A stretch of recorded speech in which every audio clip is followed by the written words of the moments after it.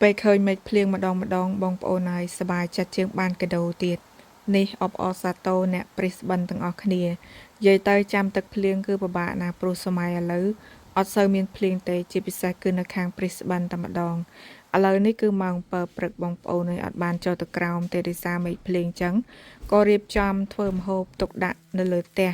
ហើយព្រឹកហ្នឹងគឺខ្ញុំស្លម្ជូរគ្រឿងសាច់គោទាំងព្រឹកតែម្ដងសារ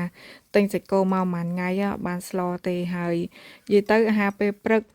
សម្រាប់ខ្ញុំនៅប្រទេសអូស្ត្រាលីនេះគឺខ្ញុំកម្រហូបបែបបរទេសបងប្អូនខ្ញុំអត់ចេះហូបស៊ីរៀលដូចគេទេខ្ញុំស្ទើរតែអត់ដែលហូបសោះតែម្ដងគឺភាគច្រើនគឺខ្ញុំតែងតែដាំបាយដាំអីហូបអញ្ចឹងណាដោយសារខ្ញុំមានពេលតនេដែរហើយស្លម្ជូរនេះគឺខ្ញុំបង់តែក្រូចឆ្មាទេដែលបានដាក់អំពិលអីដូចគេទេធ្វើនេះធ្វើនោះរៀបចំទិញខ្ញីមកស្លមិនអស់ក្នុងទូទឹកកកអញ្ចឹងណាពេលដែលយើងចង់ស្លក៏យើងដកមកស្ល